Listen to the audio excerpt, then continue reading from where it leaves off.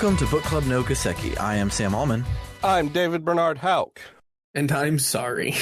It's time for your weekly episode of Bookclub no Kiseki. And the portion of Falcom's Kiseki series we'll be playing today is the rest of Chapter 3 of Trails from Zero. This episode will cover days 4 and 5, but not the intermission. We're stopping at the end of chapter thing. We're hoping the intermission makes more sense for next week, but we'll see. Before we get started on all of that, long time no see. How's the wife and kids? Shit, I should have saved that for two separate ones. Oh well, now they're both You should have burned. saved that until I had a wife and kids. Yeah, no, it's not funny if you Which have a I wife don't and kids. have. I do have a cat. She's good. My wife sometimes tells me I'm a kid. Do I count? Yes. Okay. So. Yeah, so we are not a week in the future from the last time that you heard this. We're damn near a month because Matt had to go fill out paperwork. I stayed away, basically. So I don't want to get too deep into it. Yeah. But I basically found out at the beginning of a week that by the middle of the week I needed to fly to the other side of the country to take care of some legal stuff. Mm-hmm. Through no fault of my own. That it's not like I had a speeding ticket or anything like that. But families are hard. I'll just say that. Yeah. It's glorified paperwork. A little more complicated, but not terribly much more complicated. Yeah, more or less. So yeah, here we are, exactly 7 days from the last time we recorded, and life is good. I helped my ex-boyfriend move on Sunday, and he was moving from his own apartment to a place with roommates, so he was getting rid of a lot of the common area things, and I got a lot of cool doodads that I saved from the junk pile, including a shadow box for all of my digivices, which looks awesome, except I don't have enough to fill it, so now my eBay finger is twitching. But I also got a CD that is the Backstreet Boys Millennium, which I feel is the most important thing that I saved from the free pile. Nice. Yeah. Is it really saving something from the free pile if you take something from the free pile? Isn't that just using the free pile as intended? Well, yeah, but but transferring the free pile from the hallway of his old place to a Goodwill or a St. Vinny's or something like that, I don't know if that actually happened or if it was just a close enough and got thrown away or set by a dumpster to be thrown away on trash day or something. Mildly saved from the free pile, mildly using the free pile. Either way, it's mine now, and it's cool. Cool. Yeah, I really like the way that my shadow box came together. I've dropped pictures of it in the Discord. If you want to go and look at a wooden box with black felt and Digimon paraphernalia. You had me until the Digimon. Yeah. Just a box of black felt is one of your most favorite things, as we all know. But I hate Digimon. I'm more partial to a nice mauve felt, but I'll accept a black felt. That's fine. What about you two? How is your month? I talked about my month on the main podcast. I mentioned my cat earlier. I don't think she likes that I'm working in an office again for the first time in a few years. I think she misses me. Poor kitty. Or maybe I just want to think that. Mm-hmm.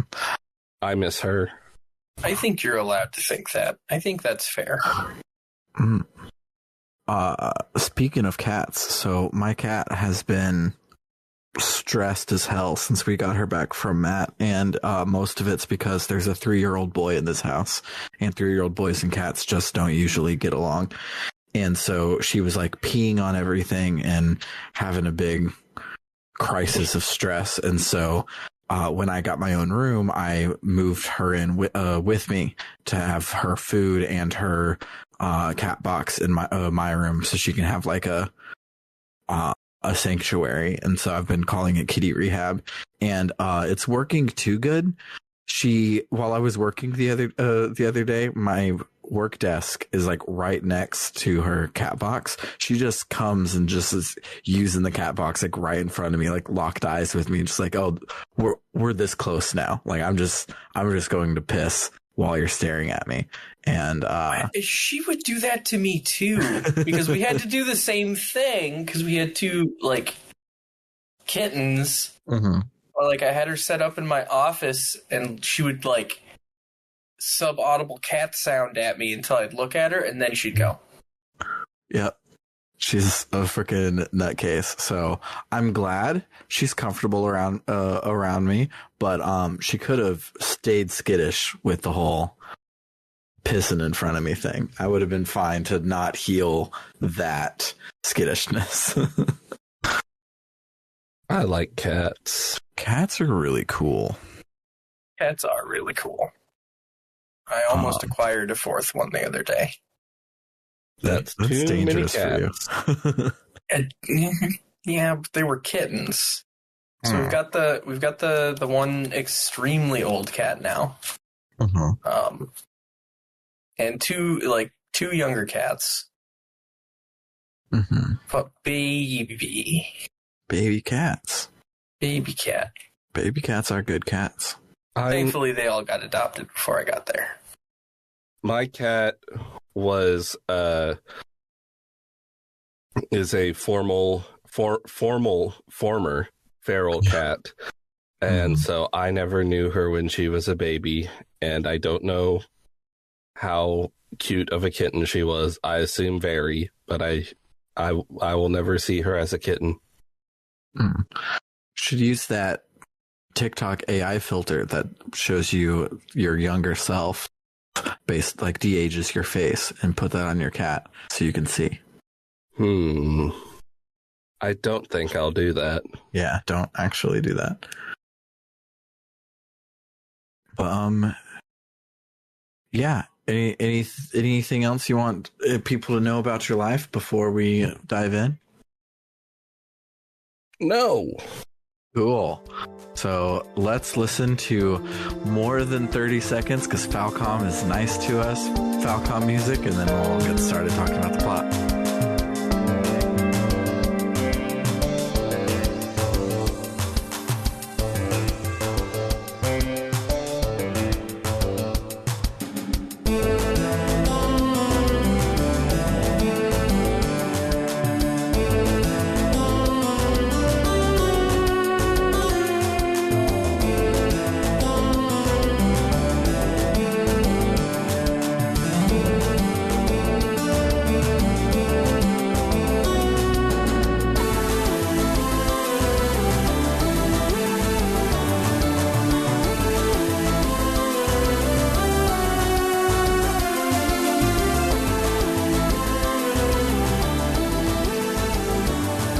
To be fair, Square Enix isn't mean to us.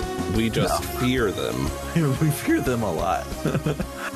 I fear them more even with that merger, what they doing and such.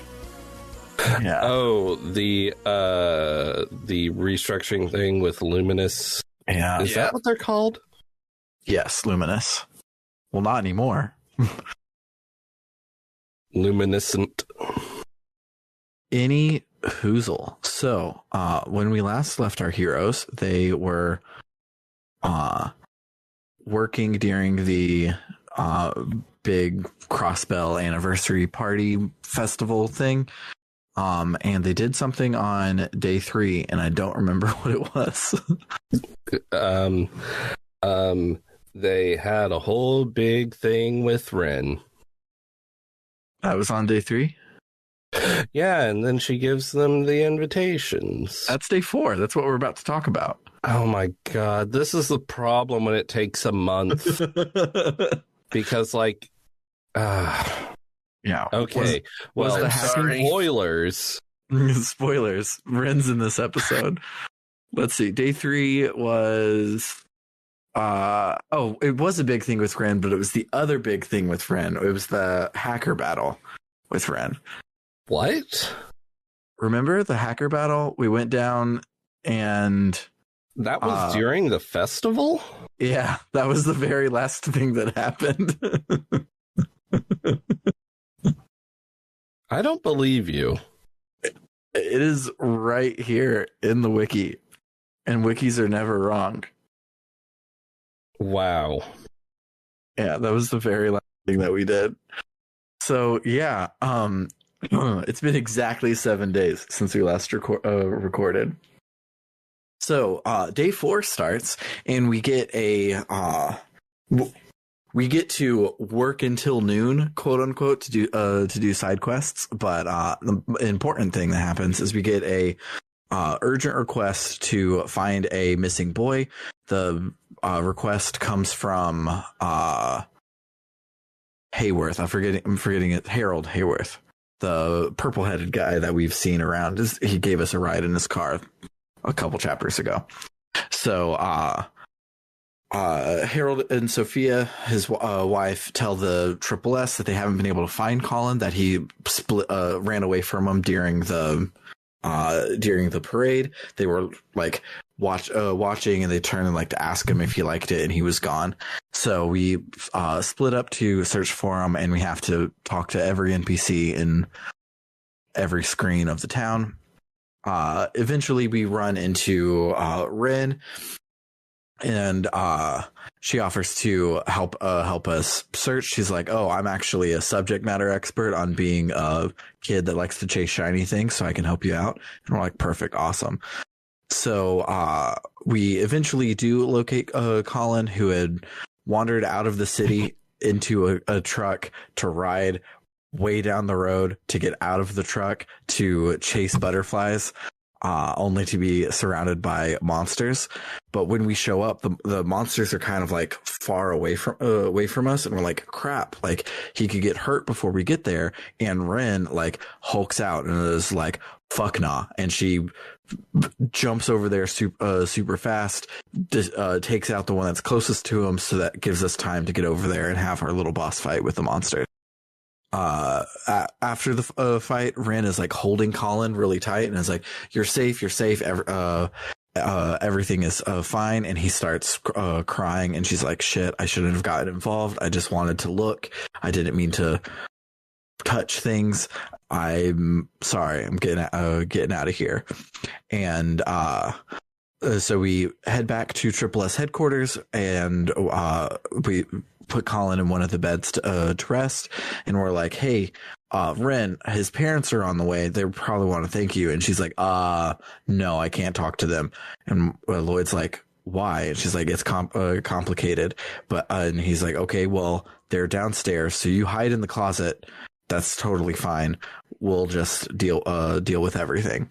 So the Hayworths come in, and they express their gratitude, and Colin wakes up and is like, where's the girl with the purple hair that's saved me? And Harold, who also has purple hair, is like, what do you mean, a girl with purple hair?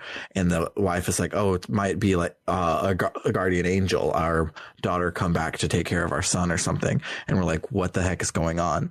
So we learn that back in the day, Harold found himself in a lot of debt, and he had to entrust Ren with a family friend while he went and worked off his debt. So he left her with a family friend, went and did a lot of work, came back, and the place was burnt to the ground, and the police never even really reported it or did anything thing about it. So he had no idea, and he felt like he had fucked up and basically killed his daughter. So they were super depressed, even contemplating joint suicide, they say, but then they learned that they were pregnant with Colin, their other kid. So they this whole time have been trudging through, but just been depressed that they lost their daughter. I accidentally said the thing that's not a big surprise, that it was Ren is obviously their daughter. Look, you shouldn't be listening to this if you haven't played it anyway. Yeah, this is definitely not one to like do instead of this experiencing isn't Septericor. This isn't Anachronox. Yeah, this is definitely one where we're giving the summary, like we're all talking amongst friends. Like this is all a thing that we have recently played, because the format of the podcast where we chop out all of the chuffa so that we can just do a plot summary. This game is 98% chuffa. Like this so far, what I've summed up is like an hour or two of gameplay of talking to NPCs. That's super well written and fun and enjoyable. So if you made it to this episode of the fourth game without realizing that you should be playing along, you should stop and go and play along with us. Go get caught up. We'll wait for you. Unless you have something that's preventing you from actually playing games. That's true. In which case, the Kiseki wiki has a very detailed plot summary, because most of these games didn't come over for the longest time, and they had to have a detailed plot summary so people could understand Trails of Cold Steel. So at least be reading in the wiki along with us. So the Harold and Sophia say that their late daughter must have come down from heaven to protect Colin, and they say if we ever see her again, to contact them so they could formally meet her and thank her. So they leave, and then they tell Ren to come out of the closet, and she's about to cry, and is obviously their late daughter. And so Lloyd's like, they just left. You can catch them. And Ren's like, no, I just needed to confront that part of my past, but I don't want to meet them. And I'm past that, but they didn't abandon me the way that I thought. So I'm glad that I have my closure now. And so she's like, I'll thank you for everything. I'll give you your reward tomorrow morning. I'm outie. And so she leaves out at the top door right as the front door opens, and there's Estelle and Joshua, who, as you remember from the manga, and I think they said it earlier in this game too, I don't fucking know, they're the main reason they're here in Crossbell at all is to try and find Ren and adopt her. So Estelle and Joshua tell the team about Ren's traumatic past, and the team is like, well, shit, that's kind of like fucked up what happened. And they're like, yeah, absolutely. And so they hang out the rest of the night, and they trade stories and become good friends, and it's wholesome. So then day 5, we get a unexpected gift in the mail, which is an invitation for 2 to attend to the Schwartz auction, courtesy of Ren. Everyone is like, how the fuck did this little girl get these prestigious invitations? But no time to ask questions. We have a mafia to go spy on. This whole time, I just want to tell Lloyd and company, Don't ask questions about this whole thing. It goes. You're on it the goes real deep. fringes of the whole thing with Rin and Estelle and Joshua. You want to stay there. It's a lot. But no, they have to become JRPG heroes themselves. They can't just hear about it from other people. I mean, there's also 60 people between the two countries, so like, word gets around. Aren't you excited for the power of the PlayStation 3 console so there can be 62 people in the whole continent? Man. 62 people? That's almost a crowd. Don't rustle me up like that, Sam. So the auction is being held at this resort off the coast called Mishalam. And that's where Representative Hartman, who's the Speaker of the House for the Diet, that's where he lives. So we hop on the ferry to head over, and we encounter Lecter from Chloe's Star Door. Glad we covered all of the doors last game so we would understand who the fuck this guy is. But there was a great classic Trails moment of, oh fuck, I know I'm supposed to know who this guy is, and then sitting there on the text box for a good 5 minutes while you try and think of who it is, and then you remember and you're like, oh shit. And then you go to the wiki and you try and like, okay, I'm only going to scroll. I'm only going to scroll and see if it says a game that I've already played, and scroll just to that section and read about the previous stuff and not any of the new stuff. However, Lecter's still has spoilers for what he was doing off screen in between. So I know some things about Lecter that I will learn in Cold Steel. Luckily, I just remembered who he was after a while. Good. So yeah, he is dressed as a total tourist. He's dressed like Red and Gary in the post game for Sun and Moon, when you go and meet them and they're on vacation in Pokemon Sun and Moon. On their honeymoon. Yes, on their honeymoon. He's dressed exactly that vibe. So he Olivier's all over the place a little, and he admits that he's an Erebonian spy, but but then says, "I'm just kidding. I just read a spy novel," and basically just says so many things that none of them could possibly be true, so that the fact that the truth being in there is ignored. He's good at his job. Kilika is there, who is also really good at her job, but without being ridiculous. She has all of these very good excuses on why a business entrepreneur would be wanting to go there.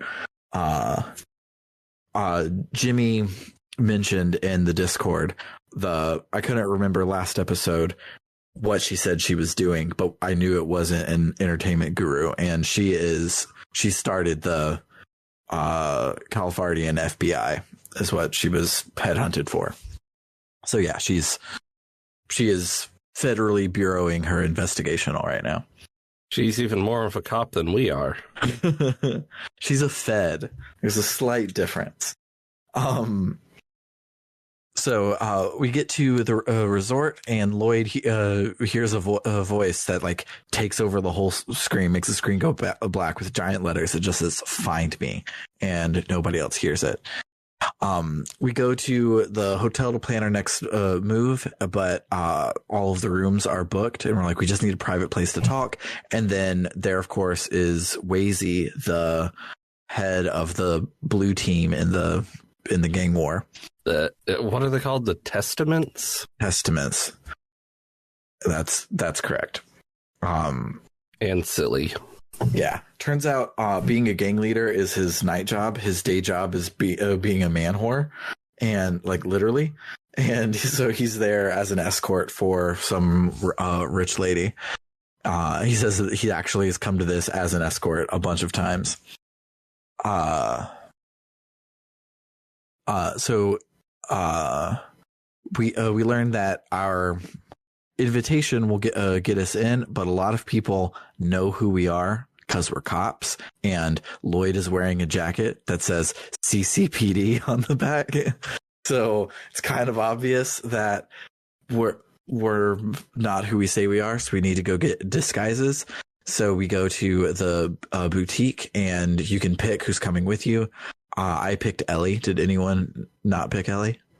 I mean, it just seems so obvious to pick Ellie because, like, she looks like she could be your date and also is a fancy person, so she would be least likely to fuck up at a fancy place.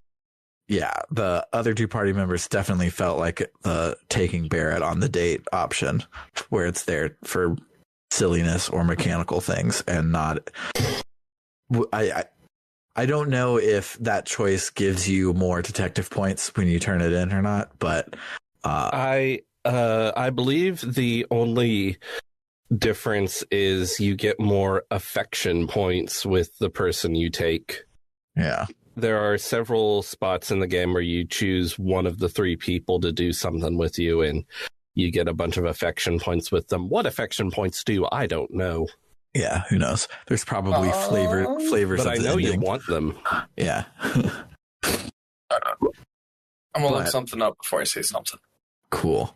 But Ellie looks fantastic in her dress. Then it cuts in, gives her a big talking head, and you can see it, and it's awesome. Lloyd looks like he's wearing a suit that's 4 sizes too big for him.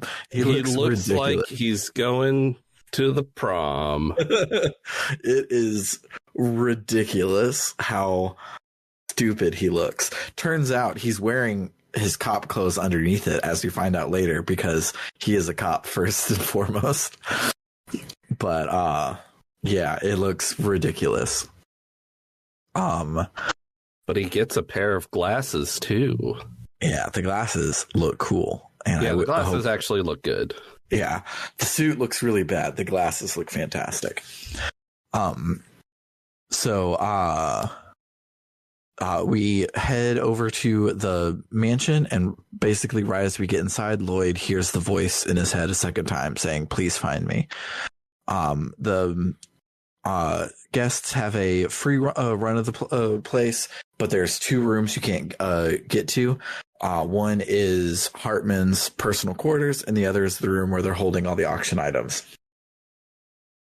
And so Lloyd and Ellie walk around, and they run into Imelda, the super sketchy accessory shop owner. She's there and promises not to squeal who we are. We also eventually run into Maria Bell, Ellie's childhood friend that works at the IBC. She also says that she's not going to ruin our cover story, and says that she's there to bid on the most valuable item of the night, which is a new doll made by the famous Rosenberg studio, which, as you remember, is where Rin was taken Pater Mater to get repaired. That's the whole reason she's in Crossbell right now.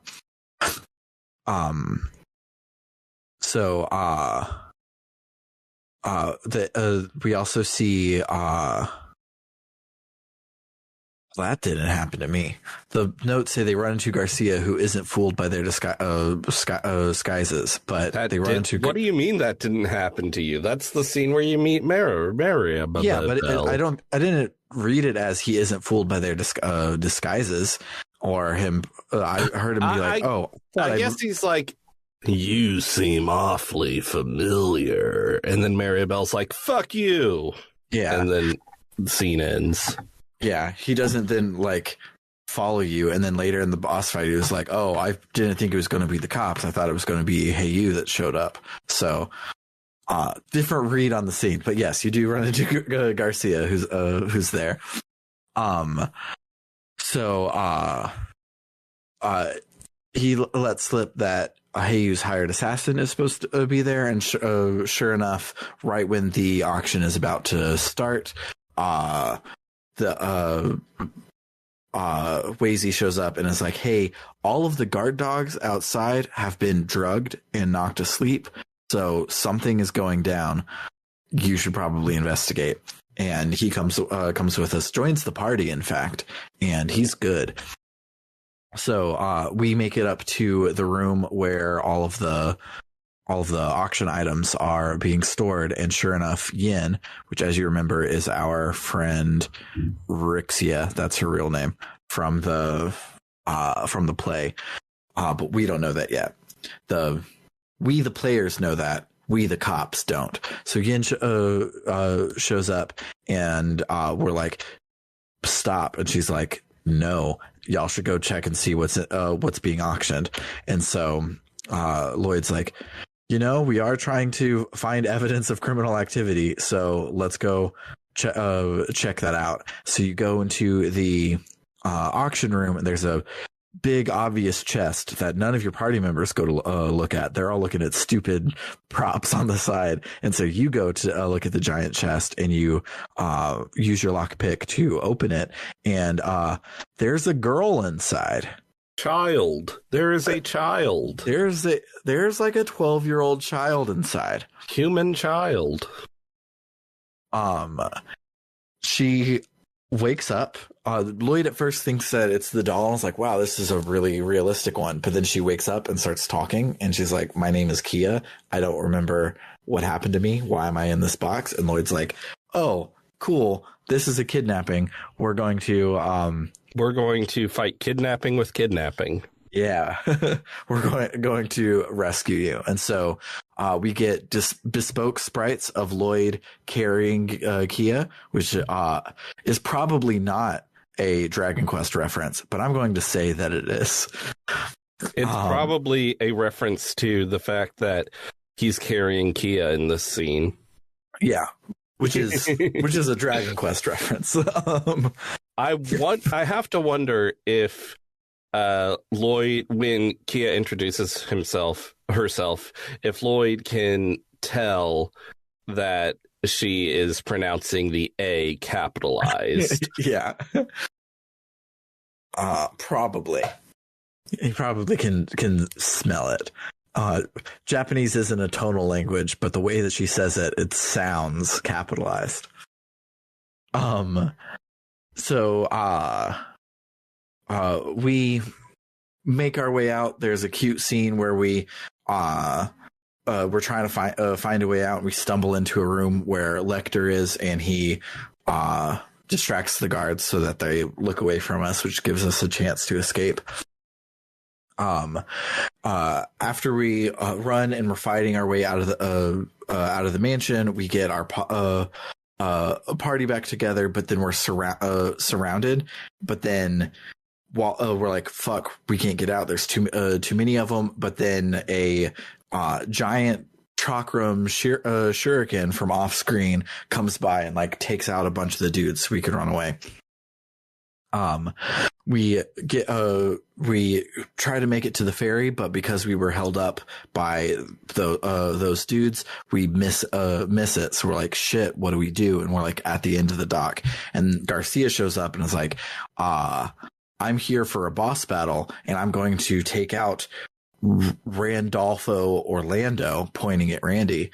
And turns out the shit that happened on day 2 of the festival during the foot race, where he went Super Saiyan, is because he's a really kick-ass Jaeger. He's the quote son of the war god and the quote Red Reaper. He's a member of the Red Constellation Jaeger Corps, which is apparently super infamous. Before he worked for the Mafia, Garcia was a member of an equally powerful corps, Zephyr, which we've heard of Zephyr Corps before. I don't remember from where. Jimmy, get in the comments. Tell us where we've heard of Zephyr. It's one of the Jaeger Corps we've fought before, I'm sure. But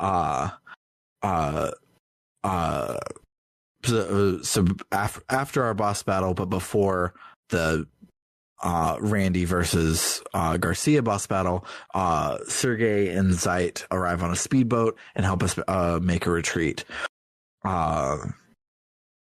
As we get away, the Ravash tries to salvage the situation and continue the auction, but all of the people are like, your men like shot at us to try and shoot the intruders. This is not fucking cool. And they leave. We see Lecter and Kilika together. And they reveal who they are to themselves, and they sit down to exchange state secrets and things like that. And then we save at the end of the chapter. Let's listen to some more music and then talk about our memorable moments.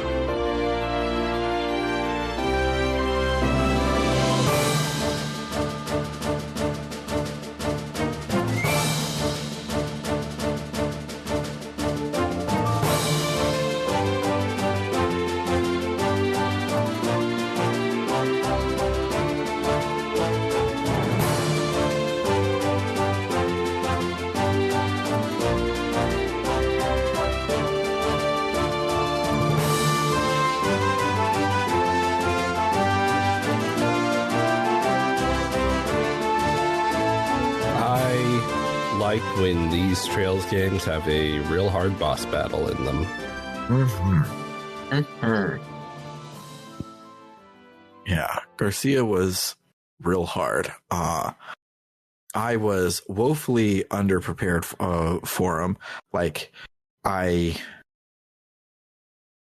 thought there would be another round, another set of dudes. So I ended the last battle basically dead, but I was planning on healing up and before I went to the next one. But then it was boss battle time, and starting a boss battle in a JRPG spiral is a very bad idea. I don't recommend it. So I had to I think I did ended up with 3 or 4 retries on a lower difficulty, and it was still hard because I was starting in a JRPG spiral. Mm-hmm. But it was good. I did beat it my first try, but I have done every single side quest in this game. So I am strong.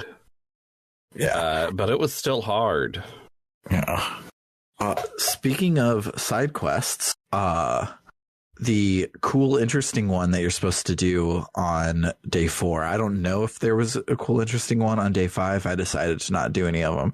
But the one on day 4 is some tourists have been missing, and so you have to go and find them, and they're in a section of the map called the Ancient Battleground or something like that. But it's this huge ruin right outside of Crossbell that hasn't come up before, and so you have a little dungeon to go through to find them, and that has a really hard boss fight in it that I was almost winning, and I was low on supplies. I was like, okay, I'll just die and try again on a lower difficulty. I'll count this one as a loss, but if you die, the bracers show up and just steal your thunder, and it made me feel like a weakling, and it was kind of cool.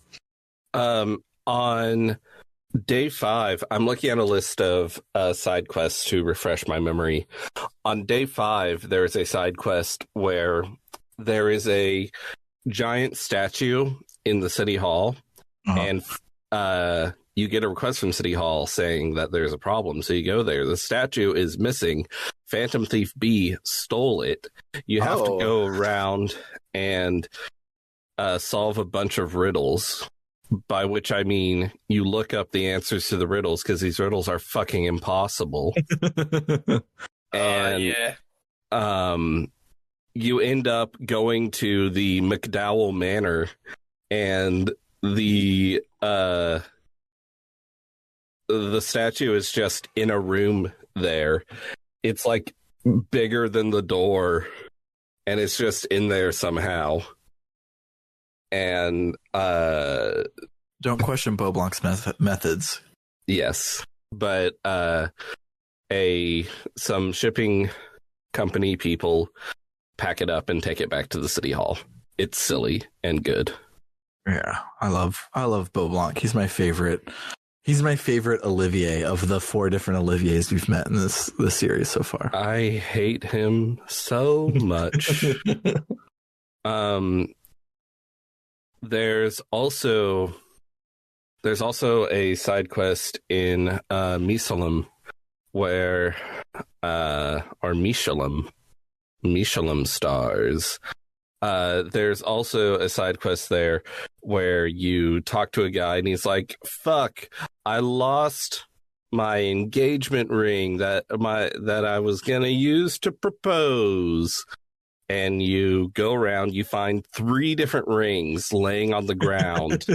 You bring them all to him, and he's like, "No, these are not my rings." That's a epidemic of losing engagement rings at this place. You find a platinum ring, you find a gold ring, you find a pearl ring. None of them are right. I'm just going to insert here that one was my memom. Like, such a classic, like, very, very Kiseki. In that, like, a classic JRPG quest. Okay, we'll go do that. Yeah, with just enough of a spin that it makes it fantastic. Since it was your mem, do you want to say how this concludes? I don't actually remember how it concludes because that was a month ago. So it concludes where a week ago. Yes, a week ago. It concludes where, I forget how exactly, but the dude remembers that he was at this bench in the resort residential area, and that's where he lost it, and it's like, you couldn't have told us that before. So you go there, and you see a sparkle in the water, and you cast your fishing line into the water, and you catch a fish who coughs up the correct ring. Which that whole scenario strikes me as rather unlikely. Absolutely. Maybe I didn't finish that one. That's amazing. You were just like, I found 3 rings. I was I'm not gonna lie to you, I was rushing. That's fine. Yeah. Speaking of mem moms, I have been playing with high speed mode perpetually on, with high speed mode up at 6 times, even for field movement. I love high speed mode in this game. Mm-hmm. There are so many belabored animations in this game. I high speed mode makes it tolerable. I missed it really bad on the Vita because the Vita's high speed mode also skips cutscenes, which is not good. Oh, bad. I'm here for the cutscenes, so I would be constantly like seeing a belabored animation and be like, okay, I'm gonna watching an airship dock. Yeah, I'm gonna hold it down and hopefully not miss anything too important once I see a text box and let it go, and maybe I'll only miss 2 or 3 text boxes. But so because I'm playing on super high speed mode, it sometimes breaks things, like in Sky the Third, but it would break the walking speed, and so there's a lot of walk and talks in just the library area, and so my guys would just get to the end, they would be in the library standing like on top of each other to finish the cutscene. This time at the end with the speedboat, Zeit is supposed to jump on the boat with you, but in high speed mode, the boat drives away, so Zeit's sprite is just standing in the water as the rest of the scene plays out, and it was great. Nice. I love when games break. Making video games is really, really hard, and yes, it is. I love seeing all the different ways that things can go horribly wrong. It can be really fun to see the seams. Mm-hmm. Another mom on my list was when we are first going to the resort, and we're like, maybe we should have changed out of our cop uniforms before trying to infiltrate. Tio is like, oh, I should have worn my Mishi pajamas. Mishi is the mascot of Michelin and is she's been obsessed with it this whole game. We just haven't ever talked about it because it's not important. But she's like, I should have worn my Mishi pajamas. And we're like, I think that would have made you stick out more being in pajamas all day. So then, I mean, if I saw someone in pajamas, I'd just be like, okay, someone out and about in pajamas. That's weird. Mm-hmm. But Tio's normal outfit is she's a robot. Yeah. I think that's weirder. It's true. That not a common thing. Like, I see people out in pajamas here all the time. I just assumed that was a new thing that was more common. Or is that just a weird Wisconsin thing? I mean, Sam, confirm. Oh, I'm always wearing pajamas. I was talking about in the realm of the game. Wearing pajamas out and about is it's done. It's something that is done. It's my God-given right. But so she's like, oh, I'm going to wear my Mishi PJs, and we're like, no, we're going to find some other disguise. So then later we run into Lecter at the party, and he's still in his fucking vacation clothes, and we're like, shouldn't you have for this formal thing? He's like, you're right, I should have worn my Mishi PJs. I love a good callback joke. Very silly. Let's see, there was something else that I really enjoyed this week, and I was like, oh, I'll take a screenshot. I'm like, I don't need to take a screenshot, I'll remember. I don't remember. I have a completely unrelated thing that's related. I think I figured out why Jaeger is the selected word. Why? Okay, so there's an evolution to this. I've been listening to a history podcast called The History of the Great War. It's really good if you want to learn how World War I ruined the world. Yep. Yep. I don't know much about it, but that's been my vague understanding. But a Jaeger in the German-speaking part of the world, which at that time was a fair amount of Europe,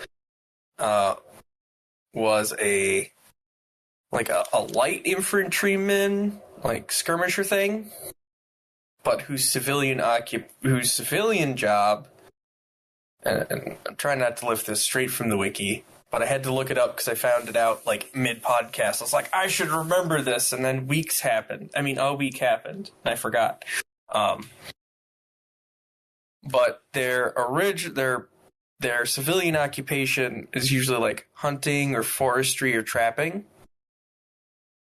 So they're like specifically well suited for like doing things in small groups or by themselves. So like the examples they use here are skirmishers, scouts, sharpshooters, and runners. Also sometimes used to refer to elite units, which I'm guessing is where that comes from. Dope. It's also just a cool word to say. Mm-hmm. It is. Affection points. There's one final scene with a upgraded combo craft that will carry over to both New Game Plus and to Trails from Azure with a save transfer if you unlock it. It looks like if you do all the side quests and choose Ellie a lot, it'll be trivial to get Ellie's, but there's a guide if you want to go and get all three of them in one. It's kind of hard to do it, but it's probably too late for me now. Yeah, you can also do combo crafts which will also get a lot, it looks like. But yeah, that was something I was debating bringing up, just because affection points play a relatively big role in Trails of Cold Steel, and I when I said I was going to look up a thing before I say a thing, it's like, is it the same here? And it kind of is. This is like the proto version from that. Speaking of proto versions, I am really liking how diegetically these games are building on one another to continue. Like with they released a Orbment version 2 in second chapter versus this one is a special one that's also a cell phone, and this one, and it just, all of these new cool things you have are just building on each other in a really cool way, which makes me glad that these games got translated when they did, because when we started this podcast, Geofront hadn't even finished Azure yet. So we didn't have an English version of that one whatsoever. So our plan, if we had to wait, we were going to do Cold Steel 1 and 2 and then come back, because Cold Steel 3 is when the Crossbell stuff happens. But going backwards would have sucked mechanically, because they just build on each other so well. And I'm sure that Cold Steel will build on these games in a really cool way. And they're good. It's crazy how, like, these games have fantastic story and fantastic characters, but the mechanics of the game are also some of the best JRPG mechanics. They're of the good. Modern era. They're so good, which makes it so great when there's a really hard boss battle. Mm-hmm. Yeah, it's a lot of times when you get a game that's really focused on the story, the mechanics take a big step back, like Final Fantasy VII. No one talks about grinding materia in a positive light. No one really cares about that stuff. All they care about in Final Fantasy VII is like cool ass summons and all the story stuff. But here it's like, we could also do this podcast just talking about all the cool boss fights and shit, and not even talking about all of the story. Although the story is fantastic. There's a reason these are like top 10 RPGs of all time and a lot of people's lists who have actually played them. Everyone who likes JRPG should play these games. It's true. The problem is that if you play one, you'll want to play the rest of them. And there's a lot of trails. Yeah. Remember when we were going to have a nice few weeks between finishing this game and starting the next game, and we were going to be able to do some fun bonus episodes? Yeah. Now we get to do those episodes as a palate cleanser before we move into the third dimension. It's going to be so weird playing 3D Trails. Yeah. Oh, it's going to be like coming home to me. This is the weird stuff. So this game manages, like, I saw a lot of the PSP-ness of the game. PSP. No. The PS-posity of this game. And I like the first one better. So in Sky, a lot of the like set dressings would be small little 3D models, and here there are a lot of sprites. But there's also not a rotatable camera basically anywhere except for battle in this game as a way to cut down on a shitload of polygons.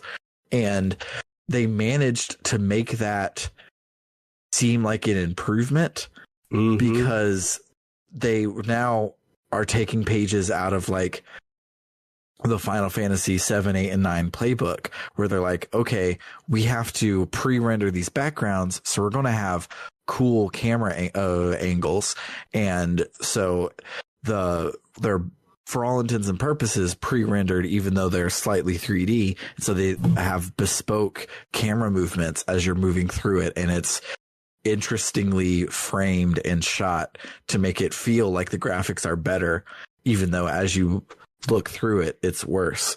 So it's like Dragon Quest 8 on the PS2, Dragon Quest 9 on the DS is like, oh, because the next main game went to the handheld, it takes a huge dive in quality. And this one feels like it's better than the others because all of the places where they saved performance, they did it very, very smart.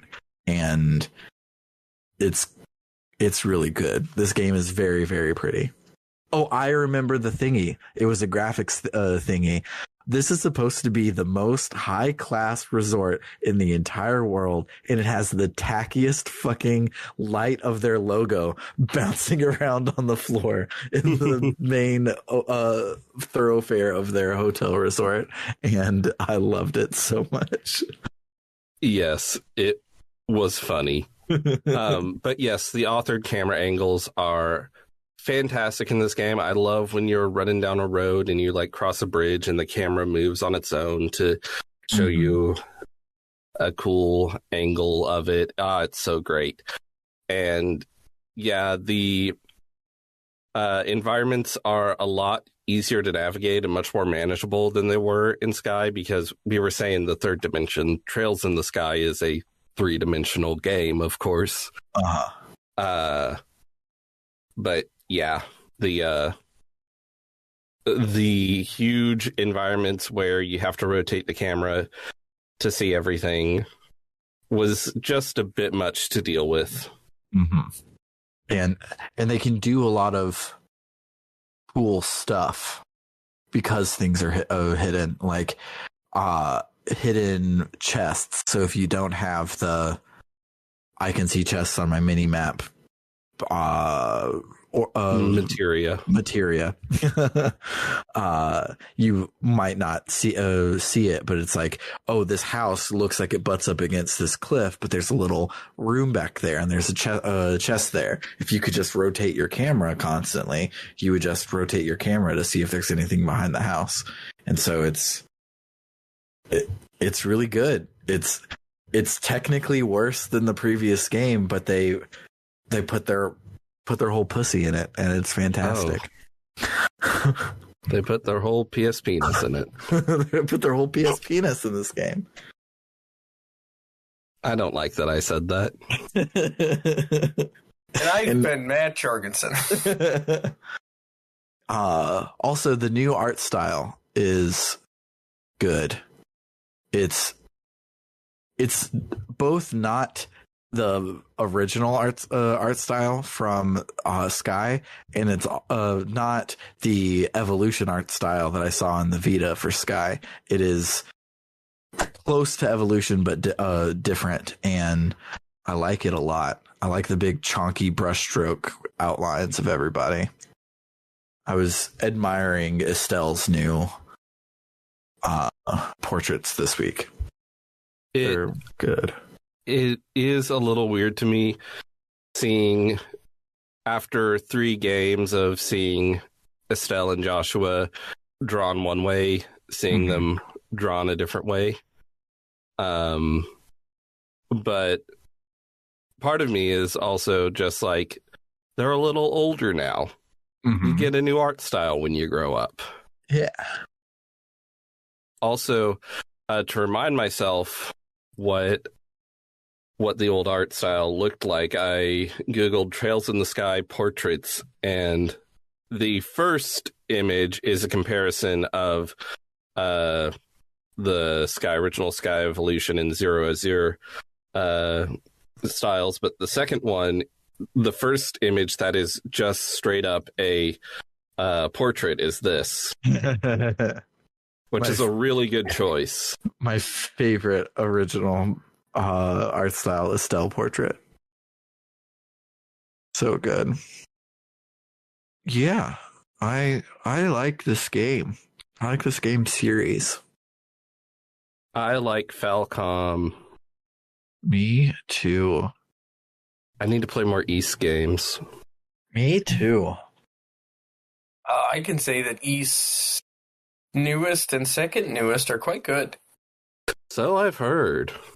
Yeah, I unfortunately have been afflicted with the Bernard disease. And I'm like, well, I can't play Monstrum Nox, even though digital MLS is like every East game builds off of itself, but every East game, the point is it all shows up in a new place and has new adventures, so you can play them in any order.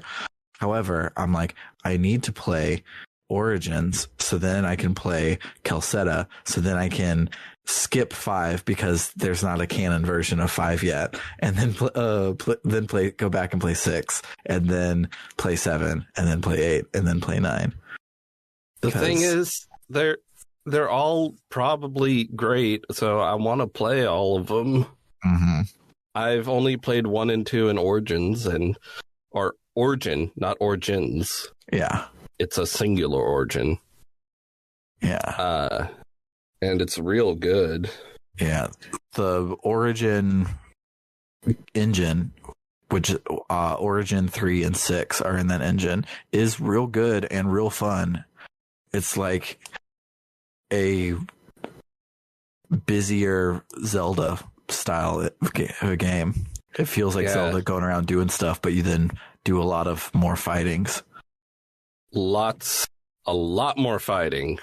Yeah. East Origin is intense. We should, after we get caught up, because surely we'll get caught up with these giant games that release yearly. We only have 5 more games in English, and then Reverie is coming out, and then there's 2 games after that, and probably another one coming out this year. That'll only take us forever. But once we get caught up, we should go back and fill in the blanks with East for this podcast. God, I'm looking at a list of Neon Falcom games, and you weren't kidding. Trails in the Sky 1, 2004. Trails in the Sky 2, 2006. Trails in the Sky the Third, 2007. It's basically yearly. Trails from Zero, 2010. Trails to Azure, 2011. The Legend of Natia, Boundless Trails, 2012. Cold Steel, 2013. Cold Steel 2, 2014. Then there's a bit of a break. Cold Steel 3, 2017. Cold Steel 4, 2018. Trails into Reverie, 2020. Kuro no Kiseki, 2021. Kuro no Kiseki 2, 2022. And these aren't the only games they make. No. There's a bunch of East games in there, too. Yeah. What and I think Tokyo is, Xanadu.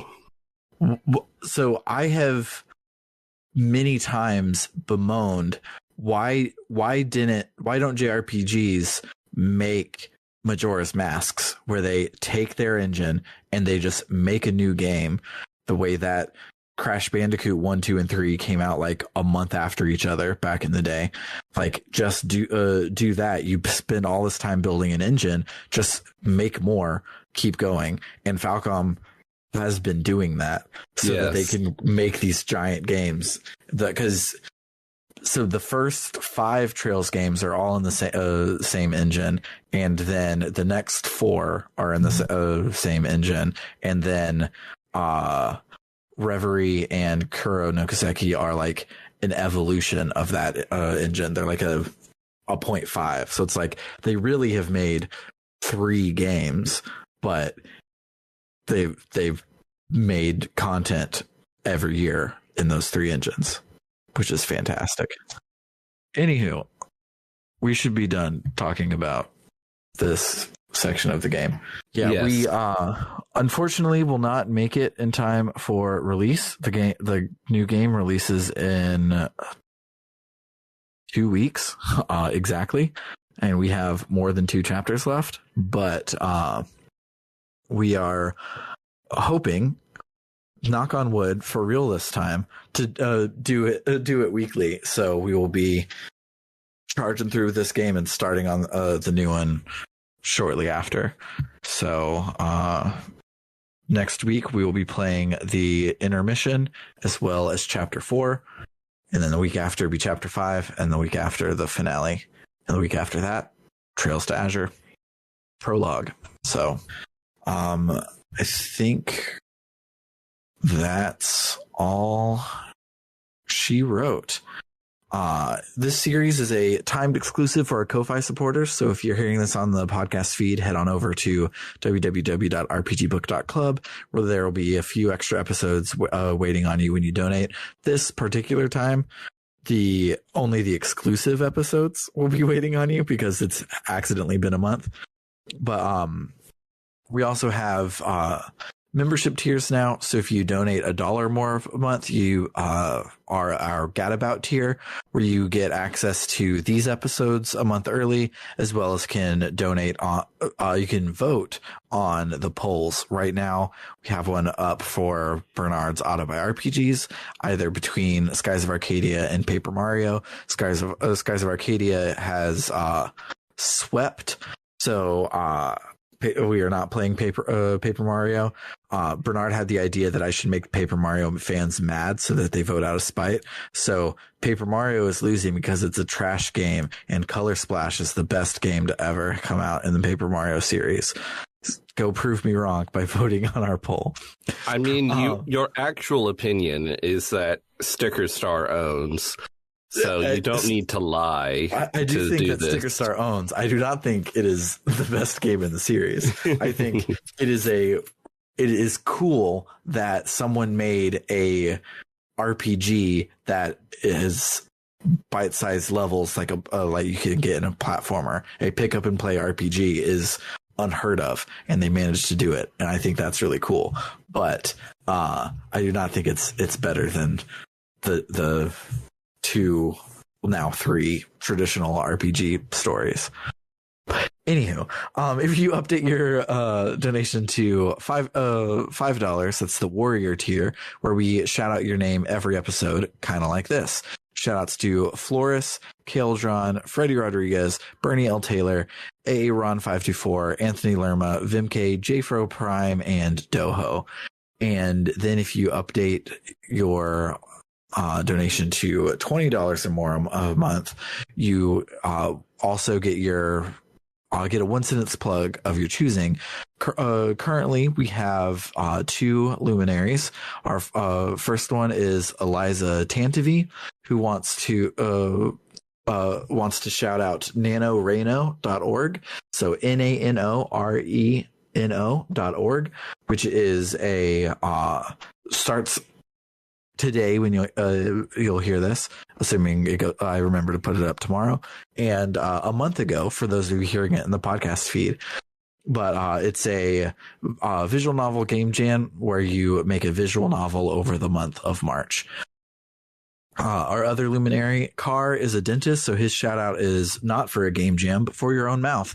He wants you to brush your teeth twice a day, most importantly, the time right before you go to bed. For Book Club no Kiseki, I've been Sam Allman. I'm David Bernard Hauk. I'm Matt Jorgensen, who's still sorry. Adios, amigos.